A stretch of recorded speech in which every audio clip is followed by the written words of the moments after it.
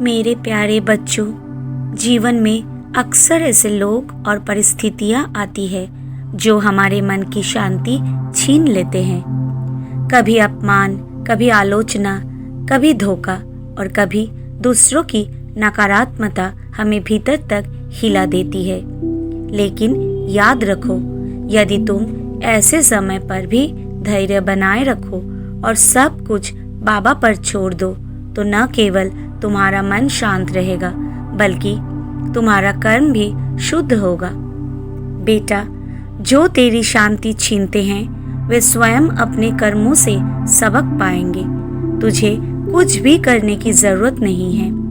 तू सिर्फ शांत रह, उनके बारे में बुरा मत बोल, उनके लिए नकारात्मक सोच मत रख, क्योंकि यदि तू बुराई करेगा तो उसका असर तेरे कर्म पर पड़ेगा और मैं अपने बच्चों का कर्म कभी दूषित नहीं देखना चाहता।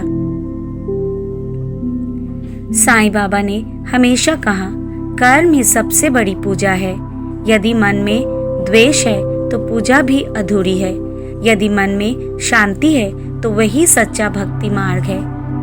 अगर कोई तुम्हें चोट पहुंचाता है और तुम चुपचाप सब सहकर बाबा पर छोड़ देते हो, तो समझो तुम्हारा कर्म ऊंचा उठ रहा है। एक बार शिरडी में एक भक्त से किसी ने बहुत बुरा व्यवहार किया। वो भक्त क्रोधित हो गया और बाबा के पास आया। उसने कहा, बाबा, मैं उसे सबक सिखाऊंगा।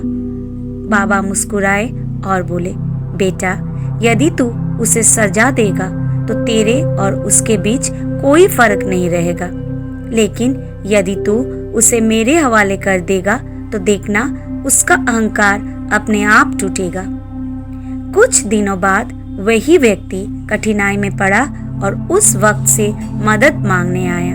तब बाबा ने कहा, देखा बेटा, तेरे धैर्य ने तुझे महान बनाया और मेरे दरबार में तेरा कर्म उज्जवल हो गया। बाबा हमेशा कहते थे, मैं तुझे कभी गिरने नहीं दूंगा। श्रद्धा और सबूरी ही तेरे जीवन की रक्षा कवच है। आज का ये संदेश हमें यही सिखाता है कि यदि कोई हमारी शांति छीनने की कोशिश करे तो उसे बाबा पर छोड़ दे। हमें सिर्फ इतना करना है कि अपने मन को शांत और सकारात्मक बनाए रखना है। समय के साथ वही लोग अपने कर्मों से सीखेंगे। किसी भी स्थिति में अपने मन की शांति को ना खोए। नकारात्मक लोगों के लिए भी बुरा ना सोचे। सब कुछ बाबा पर छोड़ दे और धैर्य रखे।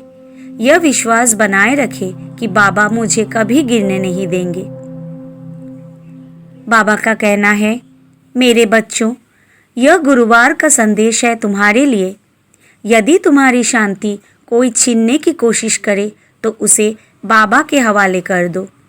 अपने कर्मों को पवित्र रखो, क्योंकि यही तुम्हें मुझ तक पहुंचाएगा।